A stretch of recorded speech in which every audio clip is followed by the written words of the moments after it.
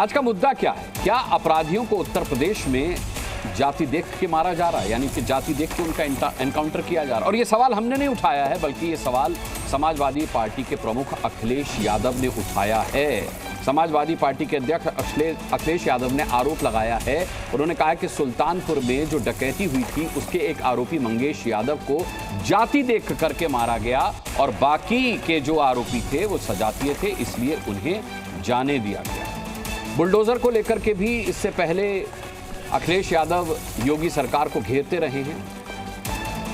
वार पलटवार का सिलसिला चलता रहता है और समाजवादी पार्टी के प्रवक्ता सुनील कुमार साजन ने एक ऐसा बयान दिया जिस पर आज की डिबेट करना बहुत जरूरी हो जाता है। उन्होंने कहा कि अभी तो ठीक है, योगी जी की सरकार है, जब सपा की सरकार आएगी तब क्या होगा। और ये आज पहली बार धमकी भरा दिया गया बयान नहीं है। कल अखिलेश यादव ने भी बुलडोजर का कनेक्शन गोरखपुर से जोड़ा था कि जब सपा की सरकार आएगी तो फिर गोरखपुर में चलेगा बुलडोजर। वार पलटवार के बीच समाजवादी पार्टी और बीजेपी की खींचतान जो है वो चरम पर पहुंच गई। चुनाव करीब होते तो मान लिया जाता कि चुनाव पास है इसलिए शायद ऐसा हो रहा है, लेकिन अभी उत्तर प्रदेश के विधानसभा चुनावों में भी समय है, तो फिर ये सब क्यों हो रहा है? आज की बहस क्यों जरूरी है, ये आपके लिए जानना बहुत जरूरी है। अखिलेश यादव को एनकाउंटर में जाति दिखी, इसीलिए आज की ये बहस जरूरी हो जाती है। अखिलेश यादव ने एनकाउंटर में जातिगत पक्षपात का आरोप लगाया है, इसलिए आज की ये डिबेट बहुत जरूरी हो जाती है। अखिलेश ने सुल्तानपुर एनकाउंटर को नकली कहा है, इसलिए आज की डिबेट जरूरी हो जाती है। समाजवादी पार्टी के नेता सरकार बदलने पर अंजाम भुगतने की धमकी दे रहे हैं, अंजाम भुगत लेने के बयान दे रहे हैं, इसलिए ये बहस बहुत जरूरी हो जाती है। और ये बहस इसलिए जरूरी हो जाती है क्योंकि बीजेपी ने अखिलेश यादव पर अपराधियों को संरक्षण देने का भी आरोप लगाया है। योगी लगातार कह रहे हैं कि अपराधियों के सामने घुटने टेकने वाले समाजवादी पार्टी के लोग बुलडोजर के आगे पस्त पड़ गए। हमारे साथ आज इस मुद्दे पर बहस करने के लिए, और वो भी ताल ठोक के, भरपूर पैनल है। मैं इंट्रोडक्शन कराऊंगा मेहमानों से, लेकिन उससे पहले ये छोटी सी रिपोर्ट देख लीजिए।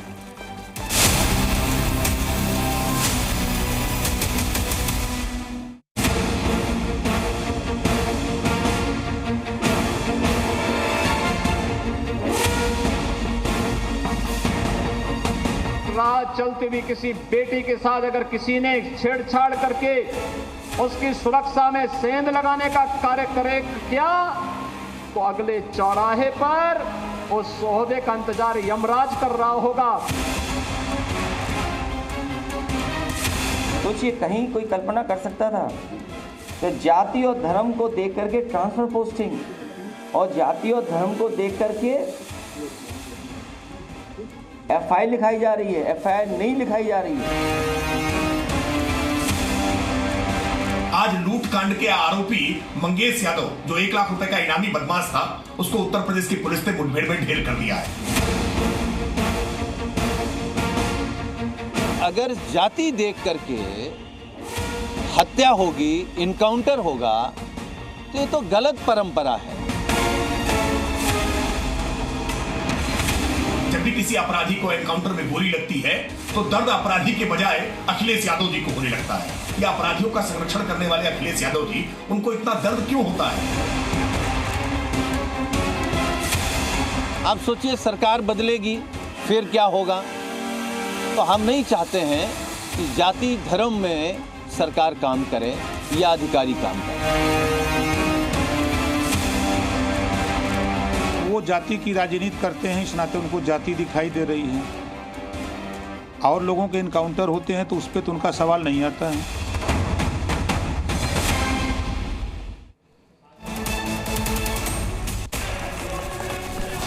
तो देखा आपने, इस रिपोर्ट से आपको अंदाजा हो गया होगा कि उत्तर प्रदेश की राजनीति जो है वो आरोप प्रत्यारोप के किस दौर से गुजर रही है। अब मैं गेस्ट इंट्रो करा देता हूं। हमारे साथ आज कौन कौन है। हमारे साथ प्रमोद कृष्णम जी हैं, जो कि कलकी धाम के पीठाधीश्वर हैं। हमारे साथ समाजवादी पार्टी के वरिष्ठ नेता एसटी हसन साहब भी जुड़ेंगे, अभी जुड़े नहीं हैं। हमारे साथ यहाँ स्टूडियो में मौजूद हैं सिद्धार्थ यादव, भारतीय जनता पार्टी के प्रवक्ता कांग्रेस के अनिल यादव हमारे साथ यहाँ मौजूद हैं। इसके अलावा राजकुमार भाटी जी हैं, समाजवादी पार्टी के प्रवक्ता। AK वाजपेयी LJPR से हमारे साथ प्रवक्ता हैं, जो कि जुड़ चुके हैं। विनोद अग्निहोत्री हैं, वरिष्ठ पत्रकार यहाँ मौजूद हैं मेरे साथ। मुमताज़ आलम रिजवी हैं जो कि मुस्लिम स्कॉलर हैं, वो यहाँ मौजूद हैं। उमेशानंद महाराज जी हैं हमारे साथ, धर्मगुरु हैं, वो यहाँ मौजूद हैं। सबसे पहले प्रमोद कृष्णम जी का रुख करूंगा क्योंकि उन्होंने बमुश्किल 5 मिनट का समय हमें दिया है। प्रमोद कृष्णम जी, आप उत्तर प्रदेश में ही रहते हैं, चाहे कल्कि धाम की सेवा हो या राजनीति हो, आप उत्तर प्रदेश में ही रहते हैं। आपका एपिसेंटर जो है वो उत्तर प्रदेश ही है। अब आप किसी पार्टी में फिलहाल हैं नहीं, जरा देख के बताइए दूरबीन से कि क्या चल रहा है उत्तर प्रदेश की राजनीति में। ये जो अखिलेश यादव वर्सेस योगी आदित्यनाथ चल रहा है, इसकी आपको परिणति क्या नजर आती है? देखिए अनुराग जी, जाति, धर्म और ये भाषा, क्षेत्र, इनके नाम पर जो विभाजन है ये देश के लिए ठीक नहीं होता है। जातियों के नाम पर विभाजन हो, क्षेत्र के नाम पे हो, भाषा के नाम पे हो, धर्म के नाम पे हो, लेकिन विडंबना ये है कि हर पॉलिटिकल पार्टी, हर एक पॉलिटिशियन ये जातियों के नाम पर राजनीति करते हैं और जातिवाद के खिलाफ बात करते हैं। ये दोनों कॉन्ट्राडिक्टरी बातें हैं। अगर आप जाति के नाम पर सारी राजनीति करेंगे, जाति के नाम पे टिकट देंगे, जाति के नाम पे पोस्ट देंगे, जाति के नाम पे मंत्री, मुख्यमंत्री और सांसद बनाएंगे, जाति के नाम पे वोट देंगे और फिर एक दूसरी तरफ कहेंगे कि साहब हमारा संविधान जाति के आधार पर जो भेदभाव करने की अनुमति नहीं देता है, तो ये बात गले नहीं उतरती है। और उत्तर प्रदेश के अंदर ये बात पक्की है कि योगी आदित्यनाथ जी की सरकार जब से बनी है तब से अपराधियों के खिलाफ सख्ती तो हो रही है और उत्तर प्रदेश के अंदर एक शांति का वातावरण पैदा हुआ है। कहाँ शांति का वातावरण है महाराज जी? कहाँ शांति का वातावरण है? कभी उत्तर प्रदेश में अल्पसंख्यक कहते हैं कि उन्हें टारगेट किया जा रहा है, बुलडोजर जो चल रहा है वो धर्म देखकर चल रहा है। अब अखिलेश यादव कह रहे हैं कि एनकाउंटर हो रहे हैं, वो जाति देख के हो रहे हैं, तो शांति कहाँ है? ये तो अशांति है। अच्छा अनुराग जी, ये बताइएगा कि अगर अपराधी अपराध करे और उसके खिलाफ सख्त कार्रवाई ना हो तब ये कैसा वातावरण होगा? और अगर अपराधी के खिलाफ सख्त कार्रवाई होती है तो फिर ये कहा जाता है साहब ये जुल्म हो रहा है। मैं ये बात फिर कहना चाहता हूँ और ये मैं बिल्कुल स्पष्ट रूप से कहना चाहता हूँ अनुराग जी, और बड़ी बात कह रहा हूँ, ये बड़ी बात कह रहा हूँ कि ना तो बुलडोजर किसी समस्या का समाधान है और ना ही ये एनकाउंटर किसी की समस्या का समाधान है। एनकाउंटर किसी भी सरकार में होते हैं वो 90% से ज़्यादा झूठे होते हैं, फेक होते हैं। मैं इसमें किसी सरकार का ना पक्ष ले रहा हूँ ना किसी सरकार को कटघरे में खड़ा कर रहा हूँ। ये अगर एक्स्ट्रा जुडिशल किलिंग अगर सिस्टम के हाथ में आ जाए, पुलिस के हाथ में आ जाए, तो फिर तो वो किसी को उठा के भी मार सकते हैं। लेकिन अफसोस की बात यह है, जिस समय बिकरू कांड हुआ था जिसमें कई पुलिस वालों को शहादत मिली थी, वो जो विकास दुबे वाला प्रकरण था, उसके बाद जब तमाम छापे लगे तो विकास दुबे का समर्थन किसी ने नहीं किया, लेकिन विकास दुबे के तमाम रिश्तेदारों को उठा के गोली से मारा गया था। कई उसमें एनकाउंटर दिखाए गए थे। तब अखिलेश यादव जी ने ये बात नहीं उठाई कि ये एनकाउंटर फेक हैं, क्योंकि जिनके एनकाउंटर हुए वो ब्राह्मणों के बच्चे थे, तब नहीं उठाई। अब आज वो उठा रहे हैं। मैं फिर भी ये कह रहा हूँ, बच्चा किसी का हो, किसी जाति का हो, किसी धर्म का हो, व्यक्ति कोई भी हो, उसे गोली मारने का हक नहीं है। लेकिन अगर पुलिस और अपराधियों में सच्ची मुठभेड़ हो जाए और वो पुलिस उसका एनकाउंटर कर दे, तो फिर उसको केवल जाति के चश्मे से देखना ये उचित नहीं है, मुनासिब नहीं है। अखिलेश यादव जी भी चीफ मिनिस्टर रहे, उनका जो कल परसों का बयान था कि अगर हमारी सरकार आई तो सारे बुलडोजर के जो मुंह हैं वो गोरखपुर की तरफ हो जाएंगे, ये बयान भी बड़ा अजीब है और बहुत भद्दा है। ठीक है, गोरखपुर की तरफ मुंह हो जाएंगे बुलडोजरों के, इसका मतलब क्या गोरखनाथ मंदिर को ढाएंगे आप? क्या गोरखपीठ को ढाएंगे आप?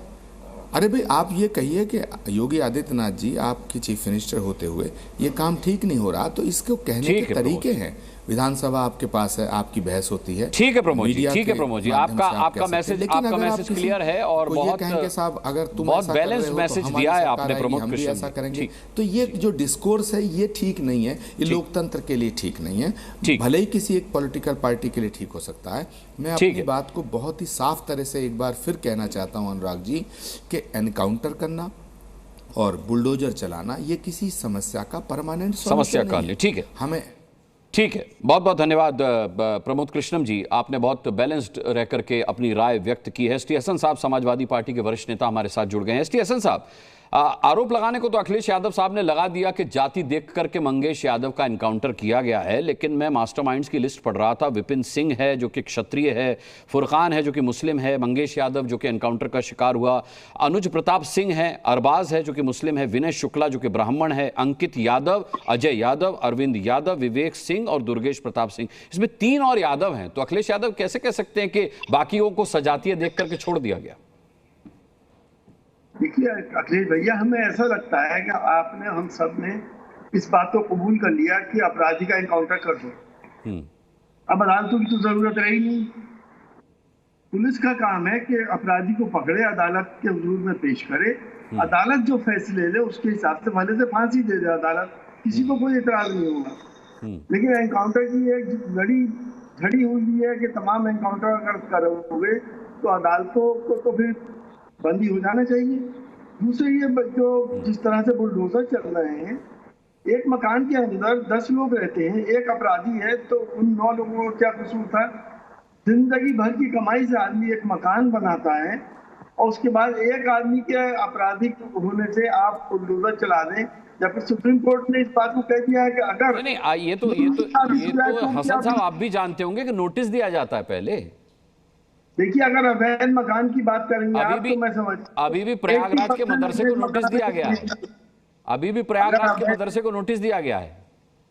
अगर अवैध के नोटिस दिए जाए ना सबको, किसी के नक्शे पास नहीं है, 80% मकान जो है वो अवैध बने हुए हैं। तो मैं तो इस बात उत्तर प्रदेश में तो ये तो तरीका बना लिया गया है कि नोटिस दिया जाएगा, उसको ढा दिया जाएगा।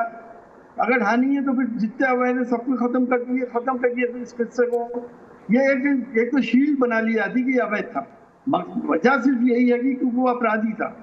घर से बेघर कर देना किसी को, बच्चों को घर से बेघर कर देना, बूढ़ों को कर देना, क्या कहीं का इंसाफ है? तो हम तो अदालतों के बाईपास होने से हमें इस बात की चिंता है कि देश का संविधान कहाँ जा रहा है, संविधान के हिसाब से काम क्यों नहीं हो रहा।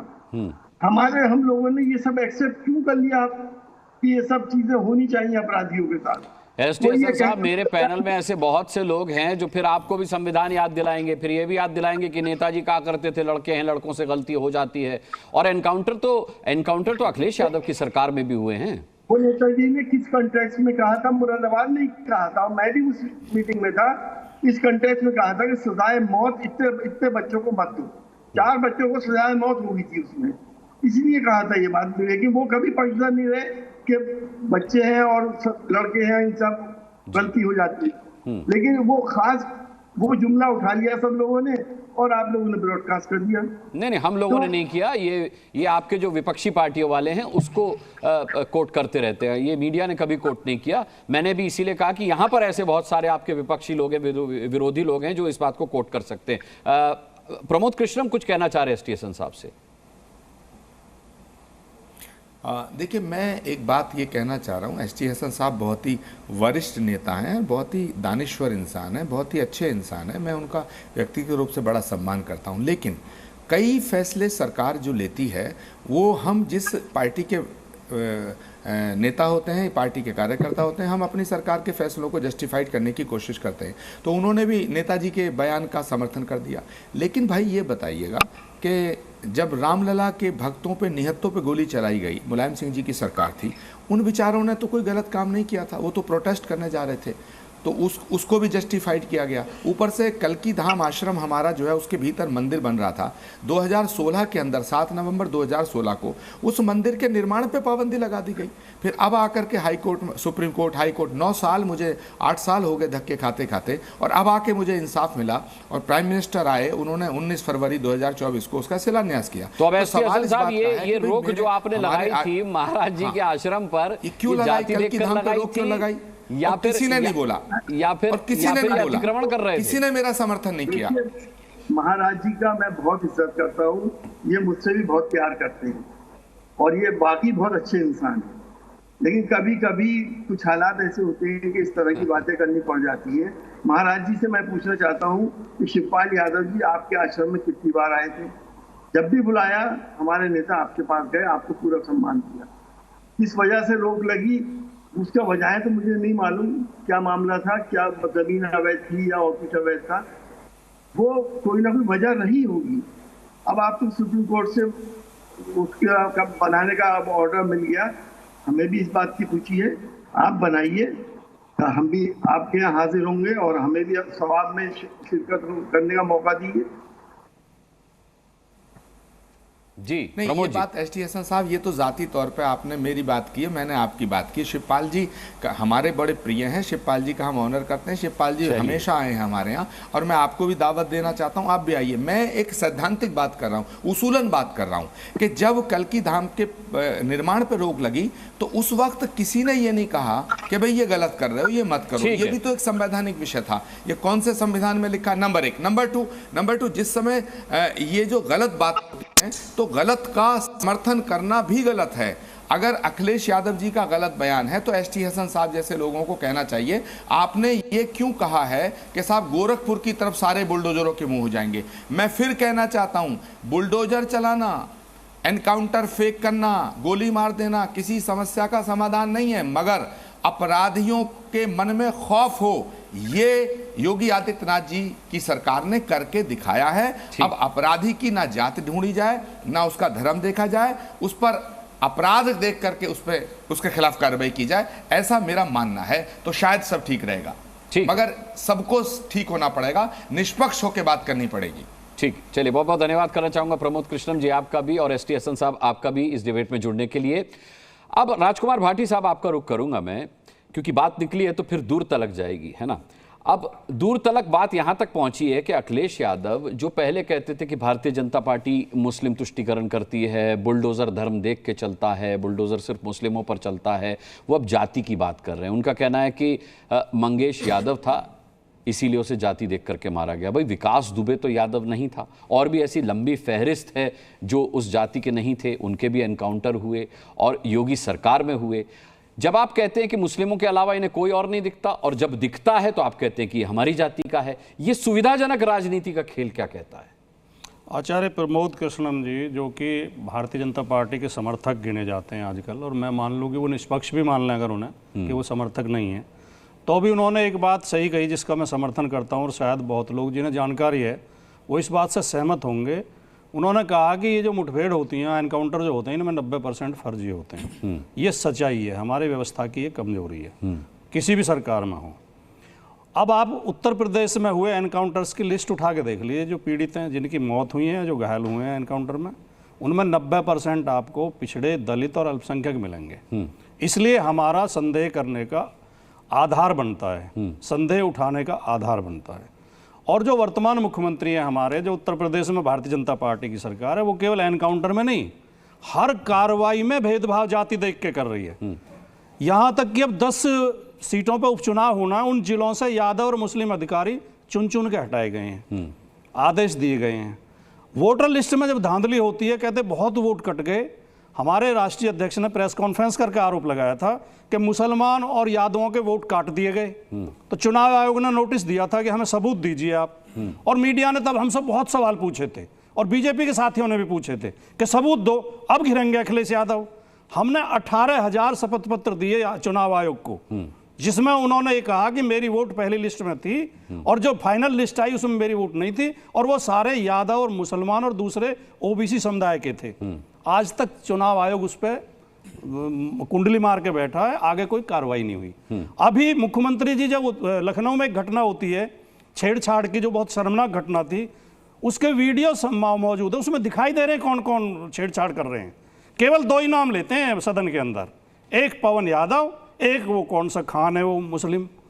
तो जब मुख्यमंत्री इस तरह की कार्रवाई करते हो, पिछले 5 साल से, बल्कि 5 साल हो गए 19 से अब तक, लखनऊ में कुछ आंदोलन 17 से हैं जी। योगी जी तो 17 से हैं। नहीं, योगी जी तो 17 से हैं। 19 में भर्ती हुई थी, 20 में फाइनल हुई थी वो। अच्छा, तो 4 साल से लगातार लड़के लड़कियां लाठी खा रहे हैं, लखनऊ में प्रदर्शन कर रहे हैं, जबकि राष्ट्रीय पिछड़ा वर्ग आयोग अपनी रिपोर्ट दे चुका है, इनके साथ बेईमानी हुई है, न्याय दिया जाए। उत्तर प्रदेश हाईकोर्ट आदेश दे चुका है। एक बड़ी अच्छी बात इस भर्ती को सुनो, मेरी एक बार आखिरी, आज भी उनके ऊपर लाठियां चली हैं, आज भी लखनऊ में। वो कौन है? वो तमाम पिछड़ी जातियों के, दलित समुदाय के बच्चे हैं। तो जब मुख्यमंत्री इतने जातिवादी हों नौकरी में चोरी कर लेते हो, ट्रांसफर पोस्टिंग में भेदभाव करते हो, अपराधियों के नाम बताने में भेदभाव करते हो, एनकाउंटर में भेदभाव करते हो, तो ये सवाल बनता है। और ये सवाल सिद्धार्थ यादव के पास जाता है। सिद्धार्थ यादव, इतने सारे लोगों में से सिर्फ मुस्लिम का नाम लेते हैं, सदन में खड़े होते हैं तो सिर्फ यादव का नाम लेते हैं, तो क्यों ना ये सवाल उठे फिर?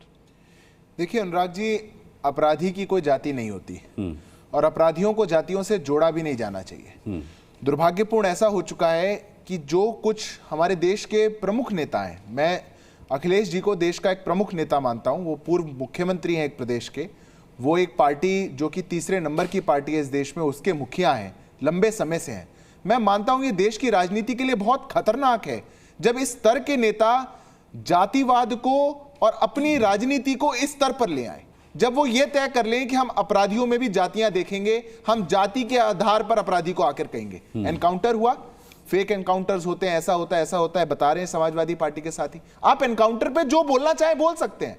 हम सब जानते हैं कि एनकाउंटर्स को लेकर के देश में एक चर्चा अगर होती है, कभी से होती है, बहुत लंबे समय से होती है, इनके काल से होती है। अगर पुलिस की अकाउंटेबिलिटी को सेट करने की कोई बात होती है, उस पर चर्चा तो समझ में आ गई अनुराग जी, पर वो किस जाति का व्यक्ति था, वो कौन सी जाति का देख करके मारा गया, ये तो अपराधी और एनकाउंटर की कोई बात नहीं हुई।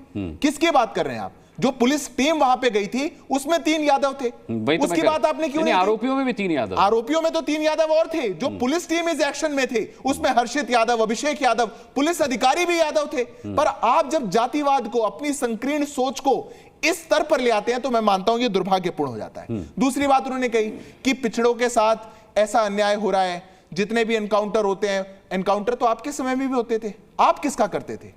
आप फेक किसी को तय करके करते थे क्या, या आपने समाज चिन्हित कर रखा? तभी तो मैं मानता हूं अनुराग जी ये एक जिम्मेवारी लेने का काम है। हम गैर जिम्मेदाराना तरीके से हमारे समाज के अंदर जातिवाद के जहर को भरते रहें और अपराधियों को भी जाति के नाम पर खड़े होकर के उनको बचाने का काम करें। आप क्यों नहीं बताते कि 10 आरोप थे उस पर, 1 लाख का इनाम था, 10 केसेस में आईपीसी उसके केस चल रहे हैं, लूटपाट के संगीन केसेस उस पे चल रहे हैं। जब ऐसा कोई अपराधी हो जो जिसकी वीडियोग्राफी है, जिसने बाइक चुराई, वो मुख्य आरोपियों में शामिल था, और उस अपराधी को मुठभेड़ के दौरान अगर कोई ऐसी घटना हुई, जाति बीच में आई कहां से? रही बात आपने इलेक्शन की कही कि इलेक्शन में हमने इतने शपथ पत्र दिए, ऐसे दिए। मैं कहता हूं कुछ बात अगर आप इतना संगीन किसी पे आरोप लगाएं तो टीवी डिबेट से बाहर निकलिए। इलेक्शन पिटीशन की हमारे देश में एक व्यवस्था है, आप किसी भी कोर्ट में एक को 18,000 छोड़ दीजिए, एक व्यक्ति को ले जाकर के वहां पे खड़े होइए और साबित करिए। इलेक्शन कमीशन आपको बुलाए तो आप भाग जाएं, कोई आपको आकर के पूछे कि भैया ईवीएम हैक करके कैसे होती है, आप आरोप लगा रहे हैं, तो आप भाग जाएं,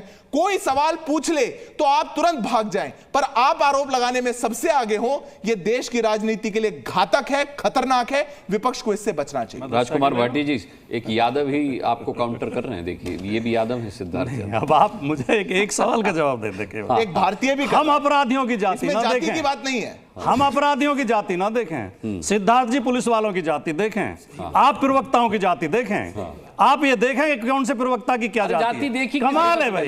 जातिगत जनगणना की मांग आप कर रहे हैं, अनुराग जी, जातिगत जनगणना की मांग आप कर रहे हैं, जाति देख के एनकाउंटर किया, ये बात अखिलेश यादव कर रहे हैं, और आप कह रहे हैं कि मैं जाति देख रहा हूं, प्रवक्ता अनुराग जी कर रहे हैं। अनुराग जी, ये एक और सुविधाजनक राजनीति। अनुराग जी, सच्चाई ये है कि जो बहुत ज्यादा गौरव करने की बात नहीं है, बहुत ज्यादा प्रसन्नता की बात नहीं है, लेकिन जो कड़वी सच्चाई है, इस देश में हर आदमी जाति लेके पैदा होता है, हर आदमी जाति से जुड़ा हुआ है।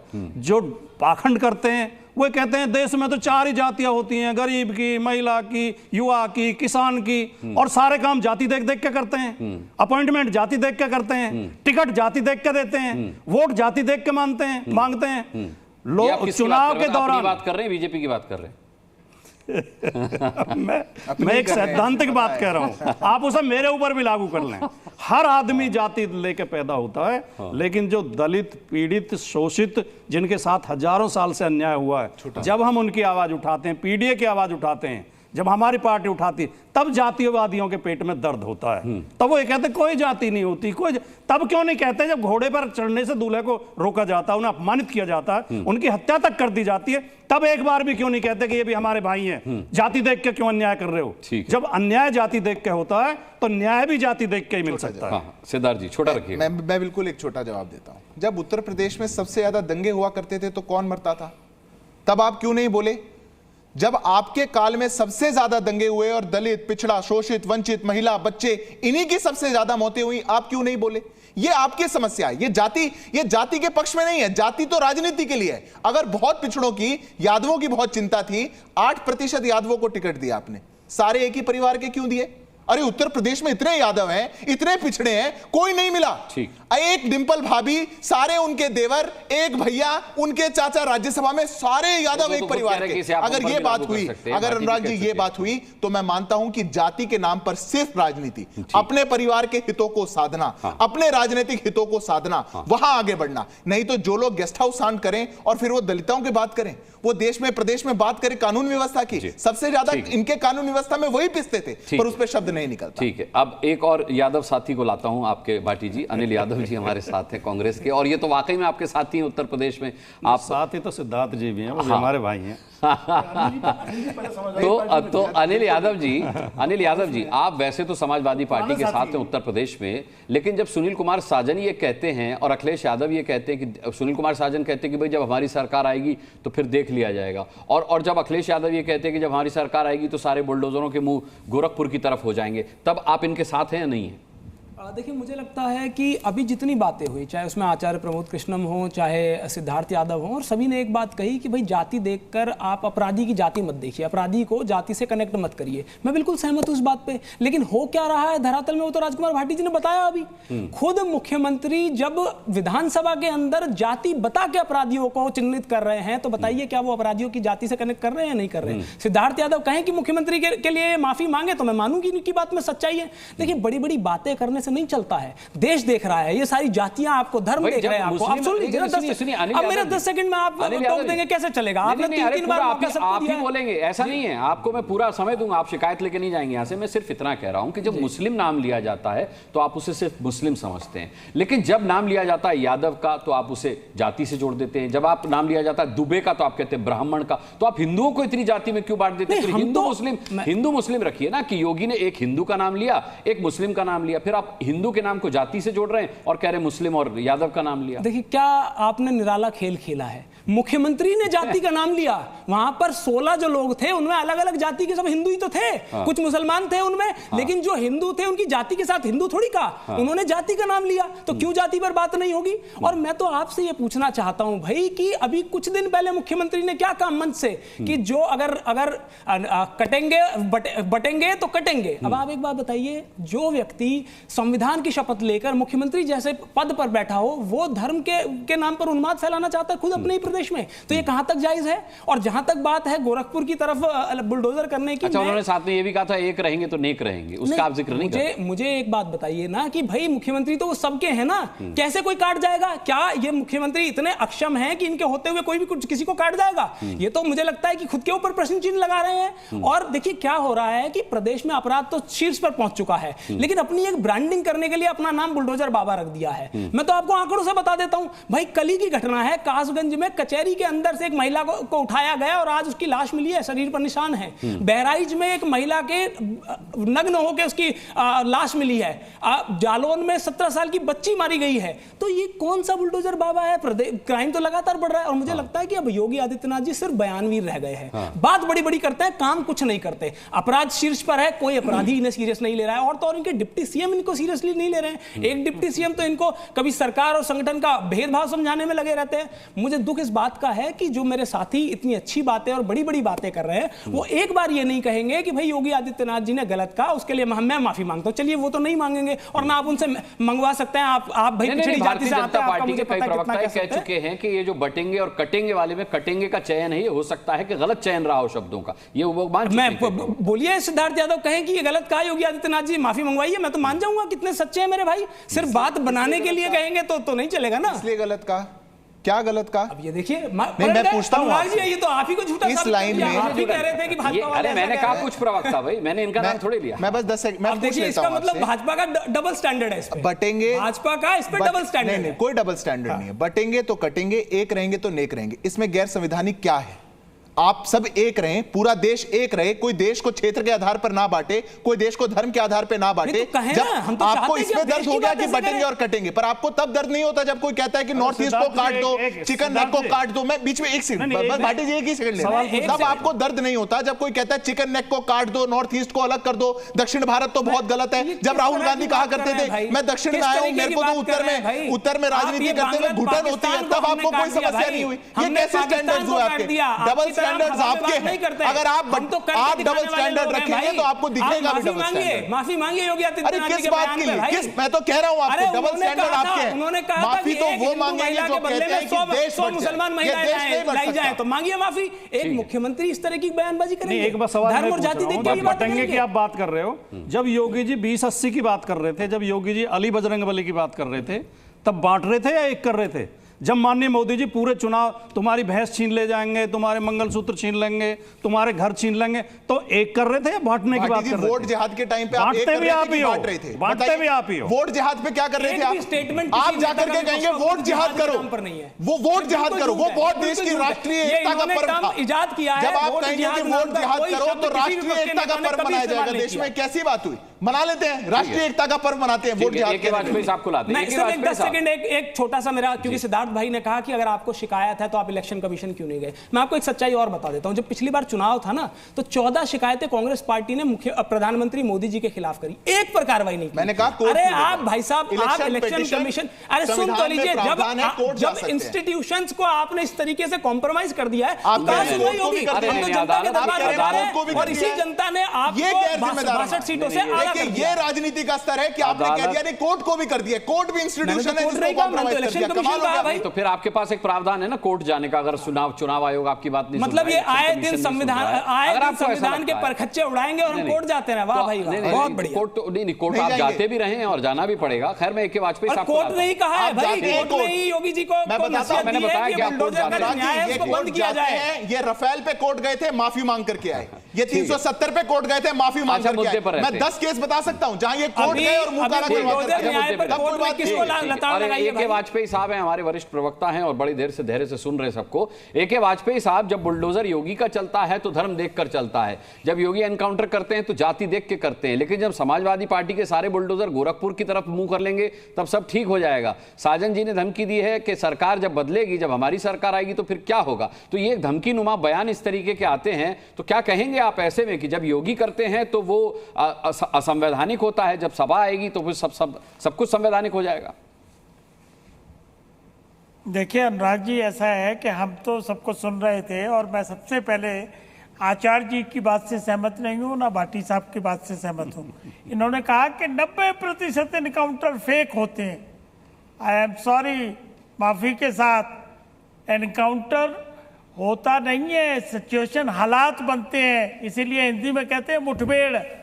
मुठभेड़ हिंदी इंग्लिश का वर्ड है इनकाउंटर और हिंदी का वर्ड है मुठभेड़।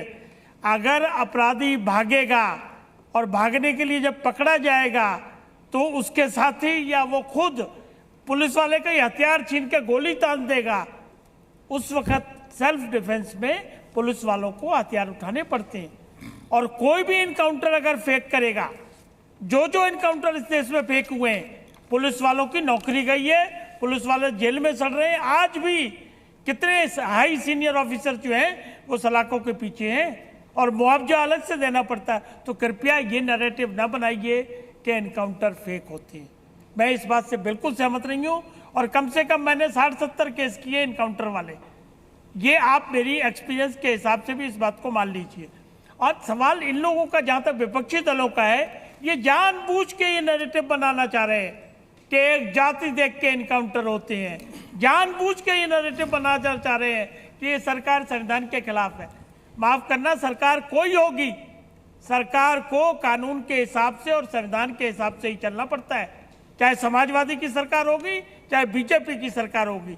है इनके पास कोई जवाब? जब मुलायम सिंह ने गोलियां चलवाई थी राम भक्तों पे, क्यों चलवाई थी? वो सिचुएशन की डिमांड हो सकती है, आप उसी तरीके से डिफेंस करते हो। इनकाउंटर न कभी जाति धर्म देख के होगा और न ये बुलडोजर जाति धर्म देख के चलेगा। अभी सुप्रीम कोर्ट में मामला पेंडिंग है, क्या एफिडेविट आया, सुप्रीम कोर्ट की ऑब्जर्वेशन भी आई है बकायदा। कि उत्तर प्रदेश सरकार ने जो केसेस की लिस्ट दी है उससे ऐसा प्रतीत होता है कि बुलडोजर कानून के हिसाब से चला है। बाकी अभी बहस होनी है, गाइडलाइन बनेंगी नहीं बनेंगी। एक होता है कि अनऑथराइज कंस्ट्रक्शन और एक होता है जमीन पे कब्जा, सरकारी जमीन पे कब्जा, और ये दोनों सूरतों में कानून की प्रक्रिया को पूरे करके बुलडोजर किया जाता है, बुलडोजर चलाया जाता है, न कि अपराध देख के या अपराधी की सजा देख के या अपराध का कलर या रंग या जातिवादी देख के। तो इस तरह के नैरेटिव चलाने का कोई फायदा नहीं होगा। जनता देख रही है, एक एक आदमी जो यूपी का कहता है कि कानून के हिसाब से काम चल रहा है और क्राइम रेट में कमी आ रही है। तो इस नैरेटिव से क्या बनने वाला है? देश को गुमराह करने की कोशिश आपकी कामयाब होने वाली है नहीं, हमको नहीं लगता। योगी की सरकार जो भी काम कर रही होगी कानून के हिसाब से कर रही होगी, ऐसा हमारा मानना है। ठीक है। वैसे हमारे साथ वरिष्ठ पत्रकार विनोद अग्निहोत्री भी हैं, जिन्होंने बहुत सारे एनकाउंटर कवर किए होंगे। जरा विनोद अग्निहोत्री जी बताइए, आपने अपने पत्रकारिता इतिहास में, और आप अब तक सर्विंग हैं, कितनी बार ऐसा देखा कि 90% एनकाउंटर फेक रहे हों या जाति देख करके किए गए हों? देखिए, एनकाउंटर जब भी होता है तो उसमें सवाल तो उठता है। ऐसा कोई एनकाउंटर, मतलब चंबल के डकैतों से मुठभेड़ का छोड़ दीजिए, क्योंकि उनके साथ तो वास्तविक मुठभेड़ें होती थी, लेकिन बाकी जो मुठभेड़ें हुई हैं, मैं तो पश्चिमी उत्तर प्रदेश में रहा हूँ, उस दौर में बहुत सारी मुठभेड़ें हुई और हर मुख्यमंत्री के कार्यकाल में मुठभेड़ हुई। और मैं थोड़ा पीछे ले जाऊंगा, जब आपने चूंकि मेरे लंबे कैरियर की बात की है, कि विश्वनाथ प्रताप सिंह जब मुख्यमंत्री थे उत्तर प्रदेश के, तब तत्कालीन नेता विपक्ष मुलायम सिंह यादव जी ने एमनेस्टी इंटरनेशनल की एक रिपोर्ट सदन के पटल पर रखी थी विधानसभा में, और उसमें उन्होंने पूरा बाकायदा करीब 600 से ज़्यादा वो इनकाउंटर दिखाए थे, जिसमें अधिकांश लोग जो मारे गए थे पुलिस के द्वारा वो पिछड़ी जातियों के और अल्पसंख्यक समुदाय के लोग थे, और उनके खिलाफ आपराधिक मुकदमे थे। और तब मुलायम सिंह जी ने आरोप लगाया था कि ये जो विश्वनाथ प्रताप सिंह की सरकार है, कांग्रेस की सरकार थी उस समय, वो जो है इस तरह चिन्हित करके पिछड़ों को और दलितों को और उनको जो है उनके खिलाफ इस तरह से उनको पुलिस बल में मार रही है। मतलब वो टारगेटेड एनकाउंटर थे, फेक नहीं थे। ये बात उस समय उठी थी जब मुलायम सिंह जी, और सुन लीजिए मुस्कान जी, भाटी जी हैं, इनको शायद बहुत अंदाज होगा, लेकिन मुझे तो मालूम है खतरा यहां तक था कि मुलायम सिंह जी के भी इनको एनकाउंटर का खतरा हो गया था। उनके एनकाउंटर की बात भी होने लगी थी, और तब चौधरी चरण सिंह के पास मुलायम सिंह ने जब कहा कि पुलिस मेरा भी इनकाउंटर कर सकती है, तो चौधरी साहब इटावा गए, उन्होंने रैली की और मुलायम सिंह जी को उन्होंने विधानसभा विपक्ष का नेता बनाया, जिससे जो है उनको सुरक्षा मिली सारी। तो आप ये याद दिला रहे हैं कहीं भाटी जी अनिल यादव जी से लड़ाई? नहीं, मैं याद नहीं, मैं बता रहा हूँ ये सरकार कांग्रेस का एनकाउंटर्स का और एनकाउंटर्स के साथ जाति राजनीति का बहुत पुराना है उत्तर प्रदेश में। एक बात, दूसरी बात ये है कि ये प्रश्न जरूर उठता है, वाजपेयी जी इतने वरिष्ठ वकील हैं, हालांकि वो एलजेपी के नेता भी हैं, कल्याण सिंह के समय एनकाउंटर हुए, मायावती के समय एनकाउंटर हुए, अखिलेश जी के समय एनकाउंटर हुए, तब ये सवाल क्यों नहीं उठा कि जाति और संप्रदाय देख करके एनकाउंटर किए जा रहे हैं? कभी किसी ने नहीं उठाया। मुलायम सिंह ने उसमें उठाया था वीपी सिंह के टाइम में, उसके बाद नहीं उठा। एनकाउंटर फर्जी है या असली, इस पर सवाल उठता रहा, लेकिन कभी नहीं उठा। अब ये सवाल क्यों उठ रहा है, इसका जवाब तो कम से कम खोजना चाहिए पत्रकारों को भी, मीडिया को भी, सरकार को भी और राजनीतिक दलों को भी, कि ये सवाल लोगों में क्यों उठ रहा है। ये इसका जो है ये एक प्रश्न है। अभी आचार्य जी चले गए अपनी बात कह के, विकास दुबे का जो एनकाउंटर हुआ था और उसके बाद उसके तमाम रिश्तेदारों के एनकाउंटर हुए थे, तो सबसे ज्यादा आचार्य जी ने सवाल उठाए थे उस समय। हमने भी उठाया थे, वो गलत कह रहे थे कि हमने, और आचार्य जी तो प्लान कर रहे थे बिकरू जाकर, आचार्य जी तो उसको प्रचार में गए थे, विकास दुबे की साली चुनाव लड़ी थी वहां विधानसभा का, उसको कांग्रेस ने टिकट दिया था, और मेरी ही विधानसभा क्षेत्र थी कल्याणपुर कानपुर की। तो इस तरह जो है राजनीतिक दलों में के हिसाब से समय देख के, वक्त देख करके अपनी अपनी प्रतिक्रियाएं, अपनी अपनी राय जो बदलते हैं वो गलत है। एक मुद्दा है, मान लीजिए बुलडोजर को ले लीजिए या एनकाउंटर को ले लीजिए, ये राजनीतिक मुद्दा बन गया है। बुलडोजर योगी जी के लिए कानून व्यवस्था का प्रतीक है, अखिलेश जी के लिए वो पीडीए पर अत्याचार का प्रतीक है, और इसलिए बुलडोजर आने वाले 2027 के विधानसभा चुनाव तक उत्तर प्रदेश में चर्चा में रहेगा मुद्दे के रूप में। दोनों अपने अपने जनाधार वर्ग को, अपने अपने वोट बैंक को एड्रेस कर रहे हैं बुलडोजर के माध्यम से कर रहे हैं। लेकिन मुमताज आलम रिजवी, फिर भी क्या आपको लगता है कि बुलडोजर भी धर्म देखकर चल रहा है, सिर्फ मुस्लिमों पर चल रहा है? इस तरीके की राजनीति उत्तर प्रदेश सरकार की तरफ से की जा रही है?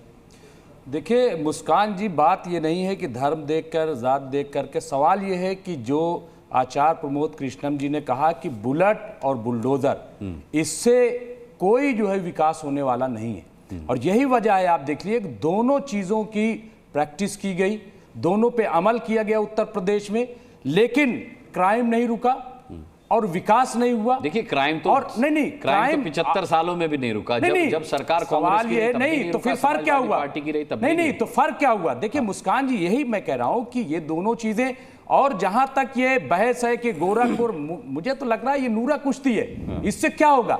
अगर वाकई गलत है तो आज विपक्ष उत्तर प्रदेश में बहुत स्ट्रांग है, वो सड़क पर क्यों नहीं आता? ये ट्वीट क्यों खेल रहे हैं? ये क्या बयान क्यों खेल रहे हैं? भाई सड़क पर उतरिए आप विपक्ष के तौर पे। और बुलडोजर के खिलाफ तो लोग गए, समाजवादी पार्टी ने क्या किया? सिर्फ ये कि मुंह घुमा देंगे, भाई तुम भी वही करोगे, तो फर्क क्या रह गया? ये कहने की जरूरत। दूसरी चीज ये कि अगर 90% इनकाउंटर फर्जी हैं तो कोर्ट जाना चाहिए, अदालत में उसको चैलेंज करना चाहिए कि आखिर क्यों ऐसा हो रहा है। इसलिए मुझे लग रहा है कि एक अपोजिशन की जो जिम्मेदारी है वो बखूबी अदा करनी चाहिए, वरना 17 से पहले जो अपोजिशन था और 22 के बाद जो, उसमें फर्क क्या है? क्या फर्क है? मुझे तो नहीं लग रहा है। इसलिए मुझे लग रहा है कि बुलेट और बुलडोजर की सियासत बंद कर देनी चाहिए, इससे कोई भला होने वाला नहीं है। और जात पात की जहां तक बात है, इस पे तो जात पात देखी जाती है, लेकिन जब टिकट देने की बारी आती है तो सबकी जबान बंद हो जाती है। 20% उत्तर प्रदेश में मुसलमान है, जो लोग जाति जनगणना की बात कर रहे हैं, तो फायदा क्या होगा? क्या आपने मुसलमानों को उतने टिकट दिए? सिर्फ 4 टिकट इस बार समाजवादी पार्टी ने दिए। अभी एसटी हसन साहब को लाया गया था मुरादाबाद में, इतनी प्यारी शख्सियत है वो, इतना बेहतरीन काम किया, उनका टिकट समाजवादी पार्टी ने काट दिया। क्यों ऐसा किया गया? क्यों उन्हें टिकट? इसलिए मुझे लग रहा है कि ये सिर्फ नूरा कुश्ती, इसके अलावा कुछ नहीं। उमेशानंद महाराज जी, तो कुल मिलाकर के जी, कानून व्यवस्था के मामले में उत्तर प्रदेश में 2 मुख्यमंत्रियों का रिकॉर्ड जो है वो सब याद करते हैं। एक 1991 में जब कल्याण सिंह मुख्यमंत्री बने थे, उस वक्त अपराधी वाकई या तो जेल में थे या उत्तर प्रदेश की सीमा से बाहर थे, और वो बिना जाति बिना संप्रदाय देख करके अपराधियों पर पुलिस की कार्रवाई हुई थी, और कोई ये आरोप नहीं लगा। जबकि कल्याण सिंह बीजेपी के मुख्यमंत्री थे और अयोध्या आंदोलन चल रहा था, उसमें मुख्यमंत्री बने थे, लेकिन कभी आरोप नहीं लगा कि उसमें जो है किसी तरह का। और दूसरा, जब मायावती 2007 में मुख्यमंत्री बनी थी, तब उन्होंने अपने घर से अपने सांसद को गिरफ्तार करवाया था, उमाकांत यादव को, याद करिए, और एक मामले में, और तमाम सारे बड़े अपराधियों, तब उन पर भी कोई आरोप नहीं लगा था कि किसी तरह का। तो यानी महाराज जी, तो कुल मिलाकर के कल्याण सिंह याद रखे जाएंगे, मायावती याद रखी जाएंगी, योगी जी कितना भी बुलडोजर चला लें, कितनी भी क्या कहते हैं बुलेट ट्रेन चला लें उनके भाषा में, योगी जी भी याद रखे जाएंगे। अच्छा, योगी जी कुछ जो है, हाँ, लेकिन अविवादित याद नहीं रखे जाएंगे। उमेश आनंद जी, सफलता के लिए याद रखे जाएंगे। देखिए क्या है कि बड़ा गंभीर विषय भी है और डिबेट भी बड़ा शानदार है। देखिए हमको समझना पड़ेगा, जो प्रश्न चिन्ह खड़ा कर रहे हैं वहां की व्यवस्था पर कर रहे हो, एक राजनीतिक दल है उस पर कर रहे हो, लेकिन एक चीज समझनी पड़ेगी, जो इस व्यवस्था पर प्रश्न चिन्ह खड़ा कर रहे हैं, एक पार्टी है, मैं नाम लेकर बोल रहा हूं क्योंकि डिबेट है, सब नाम ले ही रहे हैं एक दूसरे का, नाम है समाजवादी पार्टी। अब समाजवादी पार्टी में जो मुखिया है अखिलेश यादव, अब यादव जो चेहरा है उत्तर प्रदेश में, जो यादव समाज आता है उसका एक बहुत बड़ा चेहरा है। कभी अखिलेश यादव नहीं चाहेंगे कि ये यादव चेहरा, ये जो वोट बैंक है उनसे खिसके, तो उनकी मजबूरी हो जाती है यादवों का नाम लेना। और जहां तक कहें कि हम सब जानते हैं कि किसके शासन काल में कार सेवकों के ऊपर गोली चलाई गई, मैं उससे हटकर बात करता हूं, लेकिन विषय को उठाना जरूरी था कि किसकी पार्टी में, किसकी शासन में एक वर्ग विशेष को कितनी सहूलियत देने का काम किया। और हम सब जानते हैं जो उत्तर प्रदेश का मुस्लिम वोट बैंक है वो समाज पार्टी का कोर वोट बैंक है, वो उसके हाथ से ना चला जाए। और जहां तक बड़ा महत्वपूर्ण प्रश्न आया था कि मैं इतना जरूर कहना चाहूंगा कि जो हर पॉलिटिकल पार्टी की अपनी एक मानसिकता होती है, तो समाजवादी पार्टी की मानसिकता में इसलिए बोल रहा हूं क्योंकि वो जातिवाद पर आधारित है, क्योंकि इस पार्टी के द्वारा बार बार प्रश्न चिन्ह खड़ा किया जा रहा है, तो नाम उसका आना स्वाभाविक है। और मैं ये बात बोलना चाहता हूं, मैंने जो जातिवाद की बात बोली, हमको समझना चाहिए समाजवादी पार्टी अखिलेश यादव जी के परिवार के कितनी बड़ी संख्या में लोकसभा के अंदर सांसद हैं, वो अन्य जाति के लोग भी हो सकते थे, लेकिन एक परिवार का प्रभुत्व वहां कायम हो, इससे भी हम बहुत सारी चीजों को समझ सकते हैं। इसलिए मुझको लगता है कि उनकी नसों में, उनके व्यवहार में, आचरण में केवल और केवल उत्तर प्रदेश की सरकार का विरोध करना उनकी मजबूरी है, क्योंकि विरोध करेंगे तो मुसलमान उनके पक्ष में आएंगे ही आएंगे। और मुझको लगता है कि समाजवादी पार्टी जातिवाद पर आधारित एक सबसे बड़ा दंश है। सिद्दीकी तो इन पर प्रश्न चिन्ह लगा करके गए भाई समाजवादी पार्टी पर। इसका मतलब है मुस्लिमों को एक तबका खुश नहीं है, कह रहे कि केवल 4 लोगों को टिकट दिया है ना। तो और सवाल ये भी है भाटी जी कि आप उमेशानंद महाराज जी की बातों से इत्तेफाक रखते हैं, क्योंकि बातें तो तथ्यपरक हैं इनकी। नहीं, उमेशानंद जी कह रहे हैं कि वो यादवों के सबसे बड़े नेता हैं। हम तो मानते हैं कि पूरे पीडीए के नेता हैं, केवल यादवों के नहीं। लेकिन आप उन्हें नेता न रहने दें। योगी आदित्यनाथ जी से कहें यादवों को 20 टिकट दें लोकसभा में, 50 टिकट दें विधानसभा में, डीएम एसएसपी यादव लगाएं ढेर सारे, भेदभाव ना करें। सदन के अंदर झूठ बोलते हैं, 46 में से 56 एसडीएम यादव बना दिए थे, 46 में से 56। खैर वो महाराज हैं, मैथ वैथ पढ़ा नहीं होगा उन्होंने, ऐसी गलती हो जाती है। लेकिन सूची मांग रहे हैं, हम आज तक सूची नहीं थी। कोरा झूठ। जब एक जाति से इतनी नफरत करते हो और जब एक धर्म से इतनी नफरत करते हो, उन पर बार बार प्रहार करते रहते हो, तो वो कहां जाएंगे? किसी के साथ तो जुड़ेंगे। और जो भारतीय जनता पार्टी की राजनीति है वो केवल उकसावे की, नफरत की, घृणा की, हिंसा की राजनीति है और कुछ वर्गों से बहुत नफरत करती है। समाजवादी पार्टी किसी वर्ग से नफरत करती नहीं है। आज भी समाजवादी पार्टी के नेता विरोधी दल माता प्रसाद पांडे जी हैं लखनऊ विधानसभा में। अनुराग जी, अपराधियों की जाति तक देख ली जाए, ये घृणा वाली नहीं है बात, ये घृणा नहीं है। आप अपराधी की हर किसी की जाति चेक कर रहे हैं, इसमें आपको घृणा नहीं दिखती, औरों में आपको घृणा दिखती है। 20 टिकट दे दीजिए लोकसभा में, आप दे देते, आपने तो परिवार को दी और कुछ कर लेते, आपने नहीं किया। आपने नहीं किया, आप झूठे रहनुमा बनते हैं, इस बात की समस्या रही। दूसरी बात, एक बात अभी और बोली जा रही थी, कौन कौन याद रखा जाएगा। निश्चित रूप से जो नाम लिए गए वो तो याद रखे ही जाएंगे, पर मैं मानता हूं कि अगर कोई 8 बार अगर उत्तर प्रदेश के मुख्यमंत्री के तौर पर झंडा फहराया किसी ने, इतिहास के अंदर अकेले व्यक्ति वो योगी आदित्यनाथ है, जो सरकार रिपीट करके आए और लॉ एंड ऑर्डर के लिए करके आए, और किसी चीज के लिए नहीं। अगर ये मुद्दा बना है तो ये जनहित का मुद्दा है। अगर 65,000 एकड़ को खाली करवाया गया है तो ये जनहित के लिए करवाया गया, इसको मानना चाहिए। और योगी आदित्यनाथ भी जनहित में काम कर रहे हैं, ऐसा भारतीय जनता पार्टी का कहना है। मैं मानता हूं कि सरकारों को जनहित में ही काम करना चाहिए। बहुत बहुत धन्यवाद करना चाहेंगे सभी पैनलिस्ट का आज ताल ठोक के में जुड़ने के लिए। आप दर्शकों का भी बहुत बहुत धन्यवाद करना चाहेंगे। कल शाम 5 बजे फिर एक मुद्दे के साथ। जी न्यूज़।